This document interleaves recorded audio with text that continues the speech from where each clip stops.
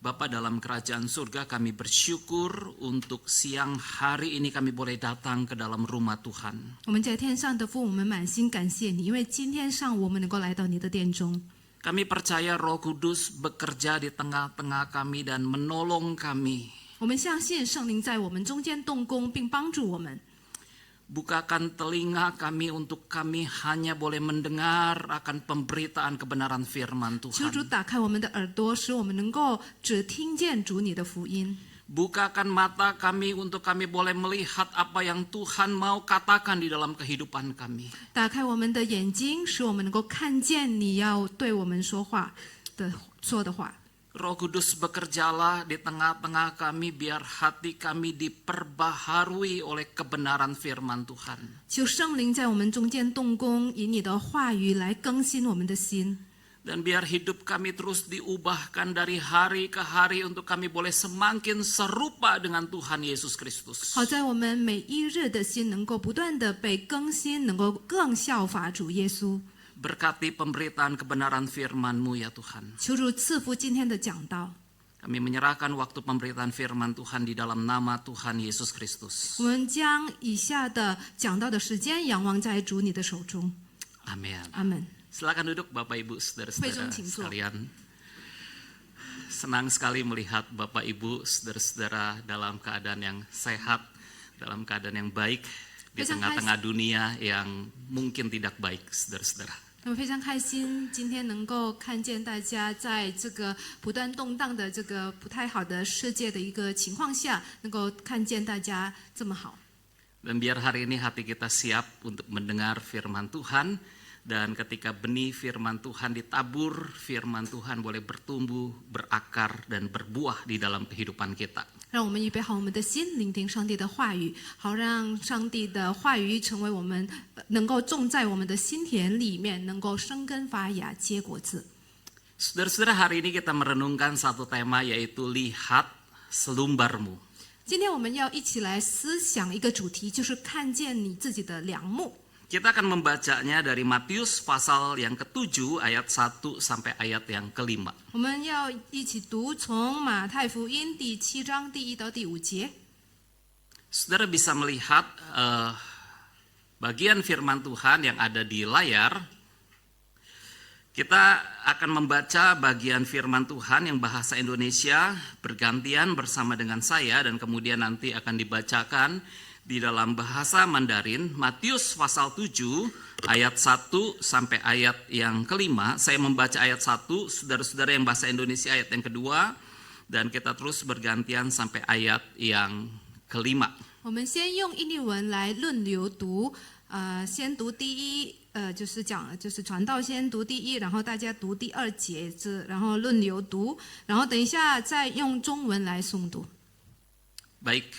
Ayat yang ke-1 dikatakan, janganlah kamu menghakimi supaya kamu tidak dihakimi. Karena dengan penghakiman yang kamu pakai untuk menghakimi, kamu akan dihakimi, dan ukuran yang kamu pakai untuk mengukur akan diukurkan kepadamu. Mengapakah engkau melihat serpihan kayu di mata saudaramu, sedangkan balok di matamu tidak engkau ketahui? Bagaimanakah engkau dapat berkata kepada saudaramu, biarlah aku mengeluarkan serpihan kayu itu dari matamu, padahal ada balok di dalam matamu? Hai orang munafik, keluarkanlah dahulu balok dari matamu, maka engkau akan melihat dengan jelas untuk mengeluarkan serpihan kayu itu dari mata saudaramu. 马太福音第7章第1到第5节，你们不要论断人，免得你们被论断。因为你们怎样论断人，也必怎样被论断。你们用什么量器量给人，也必用什么量器量给你们。为什么看见你弟兄眼中有刺，却不想自己眼中有梁木呢？你自己眼中有梁木，怎能对你弟兄说，容我去掉你眼中的刺呢？你这假冒为善的人，先去掉自己眼中的梁木，然后才能看得清楚，去掉你弟兄眼中的刺。 Saudara-saudara, di dalam pembahasan Injil Matius sepanjang tahun ini, saudara-saudara kita sudah masuk kepada khotbah Yesus di bukit. 那么我们这一年会讲关于这个马太福音的各种主题。那么呢，在5月份的话，我们就进入这个登山宝训的一个主题了。Saudara-saudara, khotbah di bukit adalah Yesus mengajarkan tentang prinsip-prinsip kerajaan Allah yang berbeda dengan prinsip-prinsip kerajaan dunia ini. 那么登山宝训，主耶稣主要教导是关于天国的一些原则，与这个世上的一些原则是完全不同的。Dan di dalam khotbah di bukit ini, saudara-saudara, Yesus mengajarkan tentang prinsip-prinsip tentang kehidupan spiritual yang dari dalam batin kita. 那么呢，登山宝训，主耶稣也是教导关于这个内心属灵的一个原则。Yesus mengajarkan bagaimana tentang sikap kita dalam memberi, bagaimana kita berdoa, bagaimana prinsip kita di dalam hal materialisme. 那么主耶稣教导我们关于如何给，然后祷告啊、禁食啊，还有一些对物质方面的一些态度。Dan minggu lalu dibahas tentang bagaimana kita tidak khawatir tentang masalah finansial kita. 那么上个礼拜也已经告诉我们，在这个财务方面不要忧虑。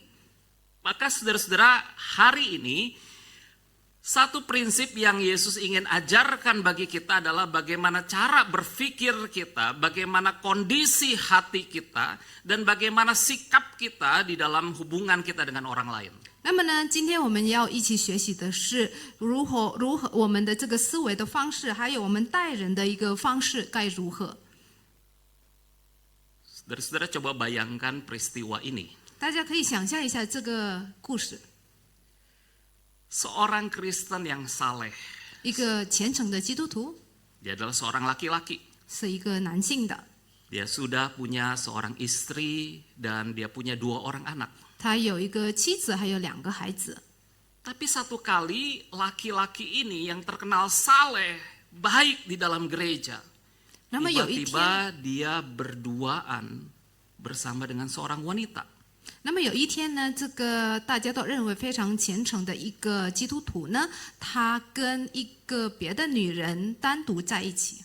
Dan seorang di dalam gereja melihat, wow, seorang laki-laki yang saleh bersama dengan seorang wanita yang lain di dalam mobil dalam keadaan yang gelap. Ngapain dia? 那其他的人看见他们，就是有这一位虔诚的基督徒呢，跟另外一个不是他妻子的一个女人单独在一起，在一个汽车里面，然后这个情况比较暗，到底在干什么？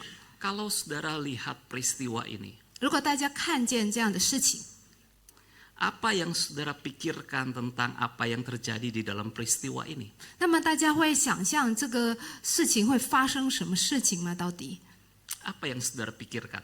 你到底会怎么想呢？ Yang pertama, kadang-kadang kita berpikir, wah jangan-jangan dia selingkuh. 第一个，我们可能会想，他好像是搞外遇了。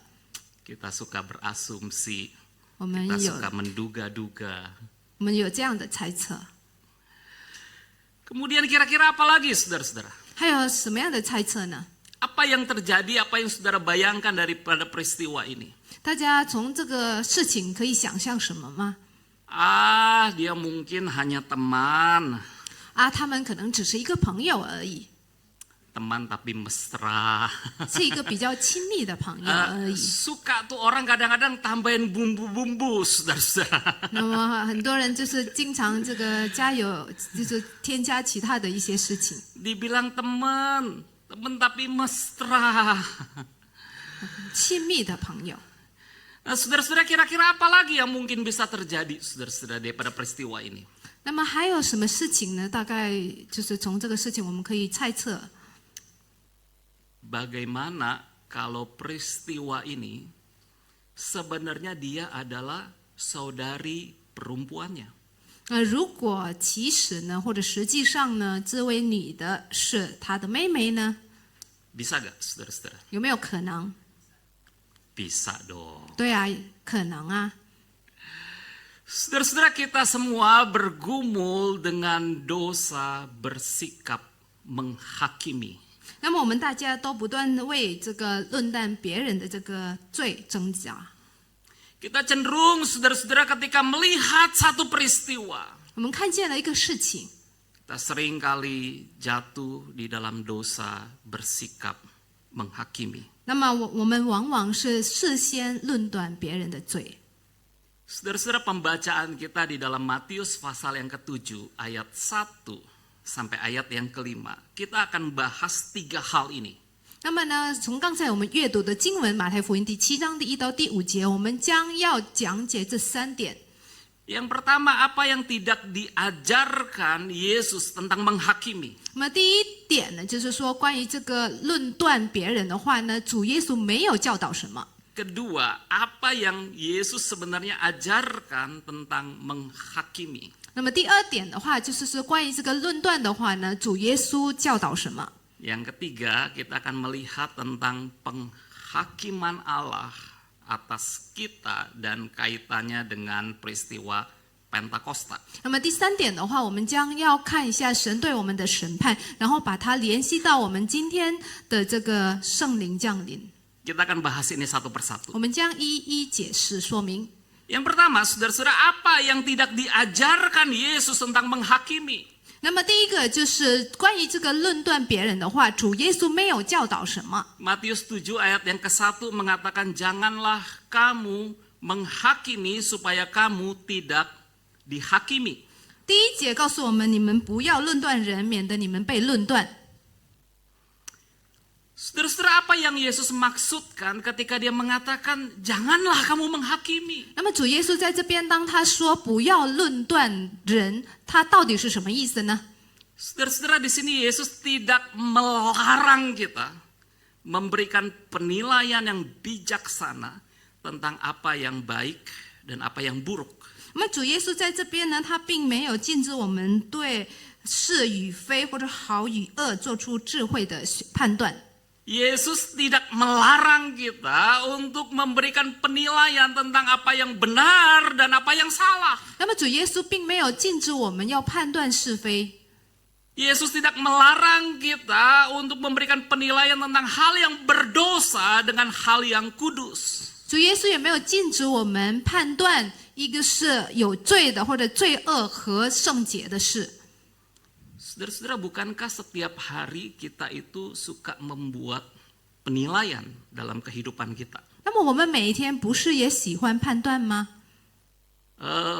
Beberapa hari yang lalu saya pergi ke IPK Counseling Center di Danmogot. 那么前几日呢，我去了那个信望爱学校的心理辅导中心，在 Danmogot 那边。 Karena ada keperluan sebuah tes, saya harus berangkat dari Citra Raya, Cikupa menuju ke Danmogot. 那因为有一些事情，有一些需要，所以呢，我必须从这个吉达拉亚，然后去这个丹摩国那边参加他们的心理测试。 Kalau saudara-saudara tinggal di Citra Raya, saudara tahu bagaimana Jalan Bitung, saudara-saudara, jalannya itu sangat bagus. 大家如果住在这个吉达拉亚的话，大家也肯定知道关于这个在壁洞的那个路况是怎么好的， Macet parah, saudara-saudara 是 Bitung. 非常非常堵的。 Maka saudara-saudara, hari itu sebelum saya berangkat, maka saya membuat sebuah perhitungan. 那么呢，那一天呢，出发之前呢，我先预算一下， Berapa lama saya akan sampai di Danmogot? 我大概需要多久才能够到达目的地？ Prediksi dan kemudian saya menetapkan saya perlu berangkat 2 jam sebelumnya untuk saya bisa tiba tepat waktu di IPK Counseling Danmogot. 那么经过预算或者预测的话呢，我大概需要2个小时从这个吉达拉亚到那个新望爱辅导中心。 Saudara-saudara, dalam kehidupan ini, dalam situasi hidup kita, kita perlu membuat penilaian tentang apa yang baik dan apa yang tidak baik. 那么在我们的每日的生活当中，我们也需要在这个对或错或者好与恶之间做出判断， Apa yang benar dan apa yang salah. 是与非之间做出判断。 Di Alkitab, saudara-saudara, ada satu kisah 那么在圣经里面有一个故事， di mana saudara-saudara pada waktu itu Raja Salomo dia memberikan sebuah keputusan yang bijaksana. 就是当时所罗门王就是以智慧来断案。 Saudara-saudara, pada waktu itu Raja Salomo didatangi oleh 2 orang perempuan. 那么在那个时候呢，有2个妓女来找那个所罗门王。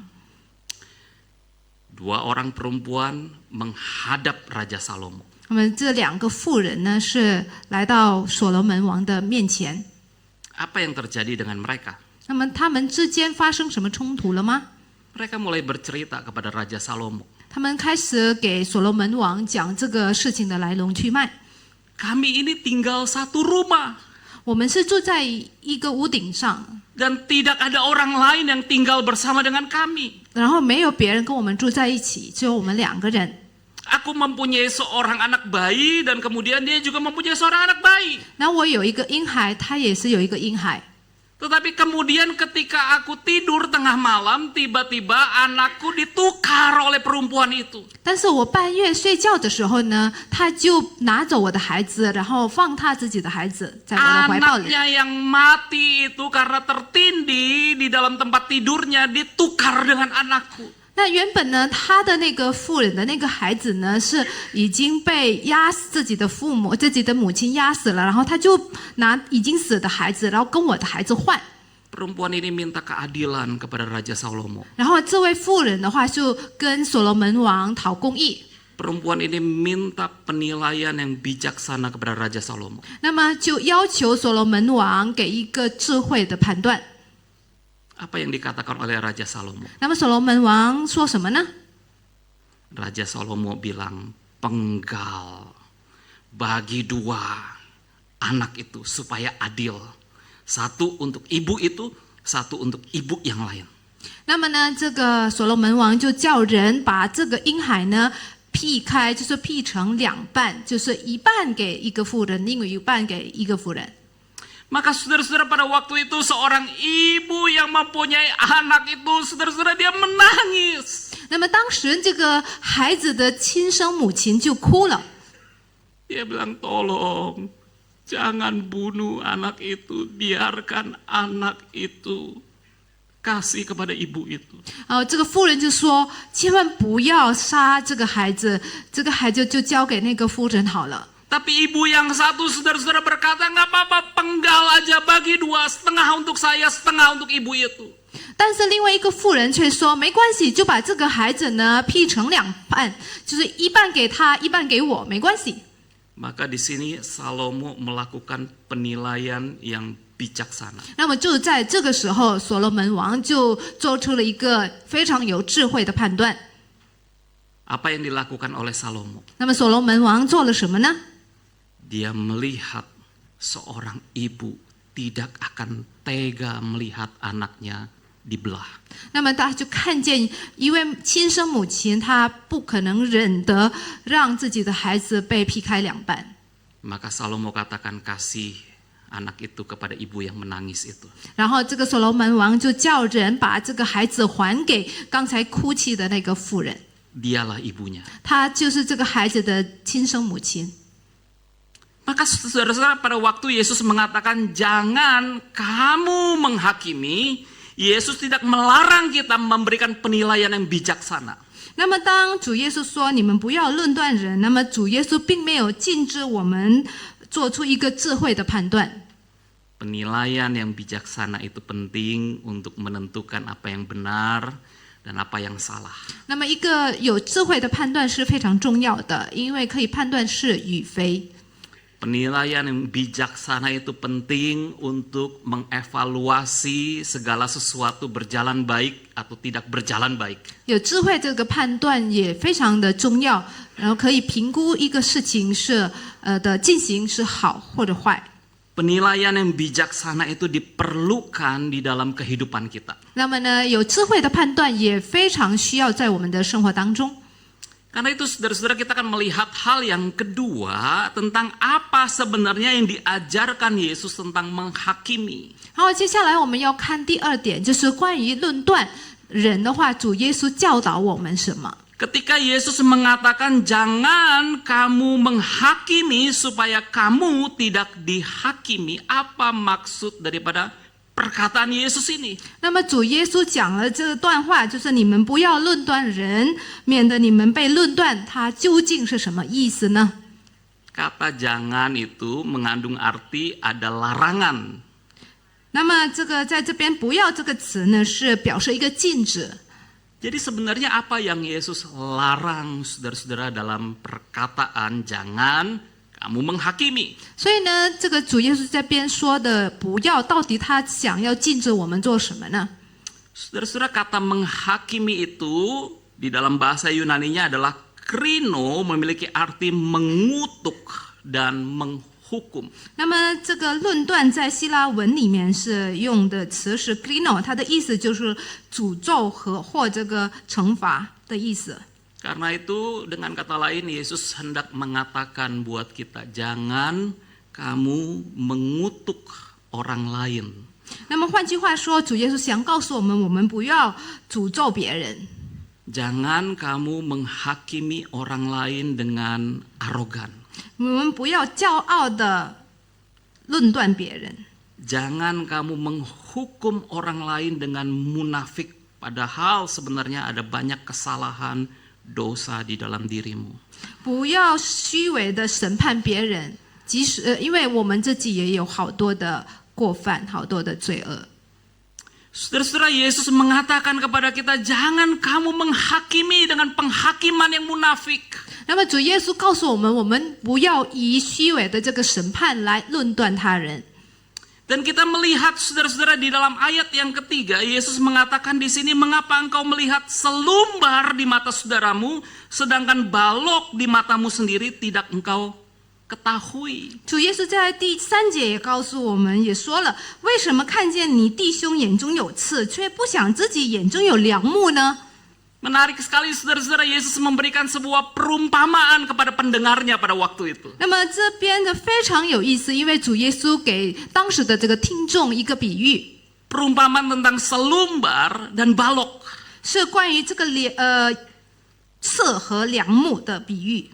Dan Yesus sebenarnya sedang menggambarkan tentang seseorang yang mampu melihat kesalahan orang lain, tetapi tidak mampu melihat kesalahannya sendiri. 主耶稣实际上正在描绘这样的一种人，就是他能够看见别人的错误，却看不见自己的错误。 Saudara-saudara, selumbar itu ketika dikatakan di dalam Alkitab, ternyata artinya itu adalah setitik debu atau serbuk gergaji. 那么在这个圣经里面的这个所谓的刺，它的意思就是说一点点的这个灰尘或者锯末， Dan itu adalah sesuatu yang begitu kecil sekali. 非常非常小的东西。 Sedangkan balok adalah kayu besar yang digunakan untuk menopang sebuah bangunan. 但这个梁木的话，是指用来支撑房屋屋顶的大木头， Balok ini adalah kayu besar. 是一个大木头。 Wow, Yesus hendak mengatakan apa sih? 那到底主耶稣在这边想要说什么呢？ Betapa sering saudara-saudara di dalam kehidupan kita, 我们在生活当中，我们经常 kita melihat debu di mata orang lain, serpihan kayu di mata orang lain, sedangkan balok di mata kita tidak kita lihat. 我们在生活当中，我们经常看见别人眼中的这个小片，但是却看不见自己眼中的梁木。 Dalam kehidupan keluarga kita, saudara-saudara, seringkali balok di mata kita tidak kita lihat, tetapi serpihan kayu di mata istri kita, anak kita, kita bisa lihat. 那在我们的家庭生活当中，我们经常看不见自己眼中的这个梁木，但是却看得见我们妻子、我们孩子眼中的小东西、小片。 Saya nonton YouTube, saudara-saudara, 我自己看 YouTube， seorang ibu sedang merekam satu peristiwa. 然后有一位母亲，她正在录一个事情。 Ketika di dalam mobil, anaknya masuk ke dalam mobil. 当在孩子上车后， Dan kemudian anaknya tanya sama mamanya, "Mama, mainan aku ada di mana?" 然后孩子就问他妈妈说：“妈妈，我的玩具在哪里？” Mamanya dengan sedikit emosi, marah, saudara-saudara, mamanya bilang begini, "Dek, mama kan udah kasih tahu, kalau kamu taruh barang, kamu harus ingat." 那么他妈妈带有一点情绪，然后回复他的孩子说：“妈妈不是已经告诉你了吗？你的东西要记得在那里放啊。” "Kamu gimana sih? Lupa mulu. Kemarin lupa, sekarang lupa." 你怎么了？为什么忘记？一直忘记，昨天忘记，现在忘记。 Mamanya sedikit marah-marah, saudara-saudara. 然后他妈妈有一点发脾气， Tapi nggak kayak ibu-ibu di sini. Ibu-ibu di sini baik. 但不像我们这边的一些姐妹们都是好的。 Nah, saudara-saudara, tiba-tiba mamanya ini panik. 然后这个妈妈呢开始着急了， Di dalam mobil itu mamanya bilang, 然后在车上，他妈妈说 "Dek, HP mama mana ya?" 那我的手机在哪里呢？ Anaknya ngomong, "Tuh mama pakai buat rekam. Mama gimana sih? Lupa melulu." 那他孩子就回复他妈说：“那就是你的手机，你正在用来那个录东西呀、你怎么样了？你不都是也是一直忘记吗？” Saudara-saudara, bukankah kita seringkali mudah melihat selumbar di mata orang lain? 那我们不是也都这样吗？我们很容易看见别人眼中的小片，但是却不看自己眼中的梁木， Tapi balok di mata kita tidak kita lihat. 但却看不见我们自己眼中的梁木。 Mudah menyalahkan orang lain, menghukum orang lain. 我们很容易就是论断别人，惩罚别人， Tapi kesalahan kita tidak kita lihat. 但是我们却看不见自己的错误。 Saudara-saudara, di Alkitab diceritakan tentang orang Farisi dan pemungut cukai ketika mereka berdoa di bait Allah. 那么呢，在圣经里面也是讲述了关于这个法利赛人和一个税吏呢，他们两个在圣殿中祷告的事情， Wah, ini kisah yang menarik, saudara-saudara. 是非常有意思的故事。 Orang Farisi berdoa di bait Allah. 一个法利赛人在圣殿中祷告， Tapi kok tumben ada pemungut cukai, orang berdosa ini, dia juga datang berdoa di bait Allah. 但也是有一个罪人，就是这个税吏，也是在圣殿中祷告。 Nah, dua orang inilah mereka berdoa di bait Allah. 那这两种人一起在圣殿里祷告。 Apa yang dilakukan oleh orang Farisi ini, saudara-saudara, ketika dia berdoa di bait Allah? 那么这个法利赛人在圣殿里祷告是如何做的呢？ Oh, balok di matanya tidak dia lihat. 他根本看不见自己眼中的梁木， Tapi selumbar di mata orang lain dia lihat. 但他却看见了别人眼中的刺。 Karena itu dia mengatakan, "Aku mengucap syukur kepadamu ya Tuhan, karena aku tidak sama seperti semua orang lain." 他说：“神啊，我感谢你，我不像别人。” Dengan bangga dia berkata, "Aku bukan perampok, bukan orang lalim, bukan penjina, bukan juga sama seperti pemungut cukai ini." 他说：“我不像别人勒索不义、奸淫，也不像这个税吏。” Coba kita berhenti sejenak, saudara-saudara. 我们先停一下。 Kira-kira gimana ya perasaan pemungut cukai itu, saudara-saudara? 那这个税吏他的感受会怎么样呢？ Waktu dia mau berdoa, waktu dia mau cari Tuhan, dia ketemu orang yang kayak gini, 当 saudara-saudara. 他要祷告、他要寻求神的时候，他却遇见了这种人。 Orang yang melihat selumbar dia, tetapi tidak melihat balok di matanya. 一个只看别人眼中的这个刺，但是却不看自己眼中的梁木。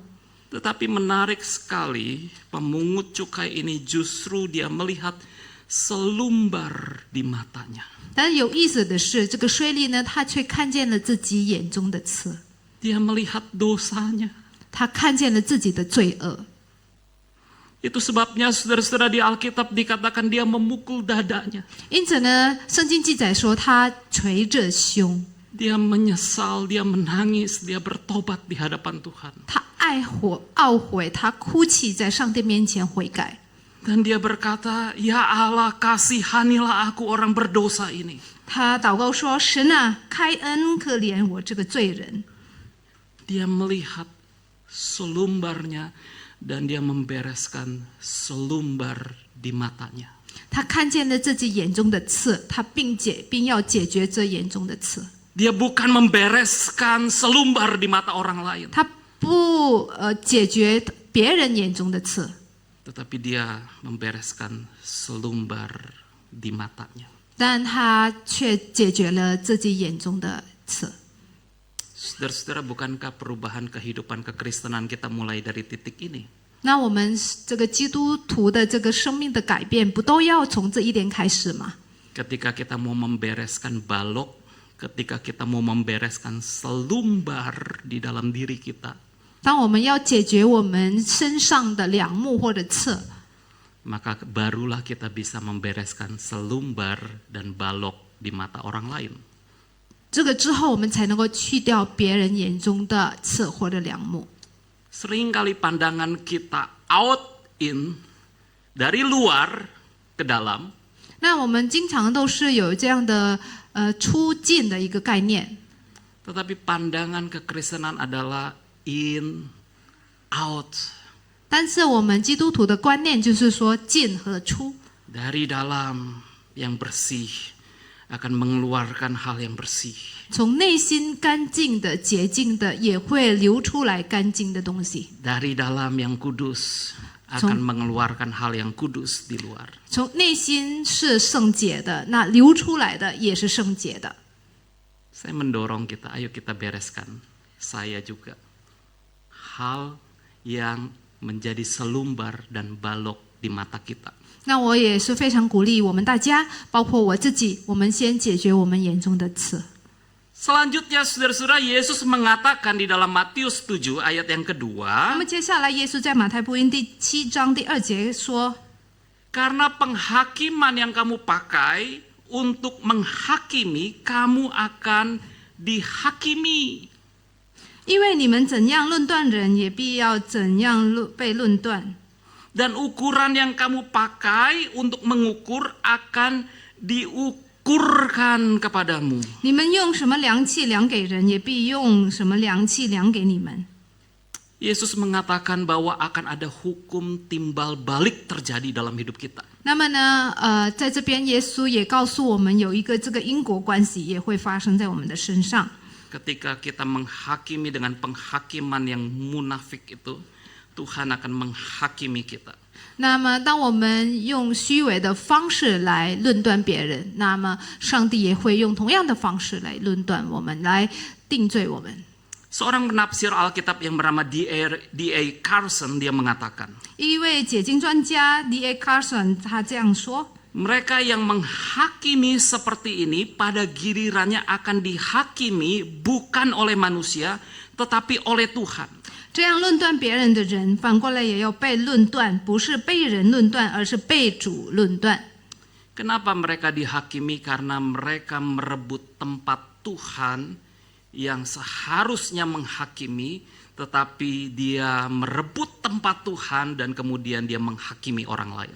因为论断人这样的一个职务呢，是本该是属于上帝的，但是他们这样论断别人，是等于是他们夺取了上帝的这样的一个职分。 Saudara-saudara, di Alkitab diceritakan di dalam Matius 18 tentang seorang yang punya hutang yang sangat besar kepada raja. 那么呢，在马太福音第18章这边也讲述了一个他欠王非常多的债， Dia hutangnya 10.000 talenta. 他欠了1000他连的。 Satu talenta itu beberapa tahun bekerja baru bisa mendapat 1 talenta. 那么呢，他连得的话，必须工作几十年才能够赚到的。 Jadi ini 10.000 talenta. 但他却欠了1万他连的。 Berapa lama dia bekerja, berapa banyak dia bisa mengumpulkan harta, dia tidak bisa mungkin membayar hutangnya. 不管他一生要工作多久，几辈子都还不清他的这个债了。 Hutangnya besar 他属于是一个巨债， dan dia nggak punya uang. 他也没有钱了。 Maka saudara-saudara, raja memanggil hamba ini dan kemudian raja mengatakan hukum orang ini. 然后呢，这个王就叫这个仆人，然后叫人惩罚他， Rampas seluruh hartanya dan kemudian tangkap anak dan istrinya, masukkan ke dalam penjara. 然后要求人叫人去夺取他一切所有，然后呢，把这个人的这个妻子还有孩子也都送进监狱里。 Apa yang bisa dilakukan oleh hamba ini? 那么这位仆人要怎么做呢？能做什么吗？ Dia memohon belas kasihan raja. 他就央求王， Karena hanya belas kasihan raja yang bisa memberikan dia pengampunan. 他就央求王的这个怜悯，因为只有王的怜悯能够赦免他， Hanya belas kasihan raja yang bisa menghapus hutangnya. 唯有王的这个怜悯可以就是免去他所有的债。 Karena itu dia memohon kepada raja-raja, kasihanilah aku, ampuni aku, tolonglah aku. 因此他就央求王说：“王，求你饶恕我，帮助我。” Raja berbelas kasihan dan mengampuni orang itu. 那么呢，王的话呢，以他的怜悯，并赦免饶恕了这位仆人。 Oh, kalau saudara tiba-tiba dibebaskan dari hutang yang besar, 如果你欠了很大的债，然后突然就免去了这些债， seperti angin sejuk itu yang tiba-tiba bertiup kepada saudara. 好像就松了一口气，就好像是有一个很清爽的风来吹我们。 Hutang saya yang besar dibebaskan. 我可以免去这个巨债。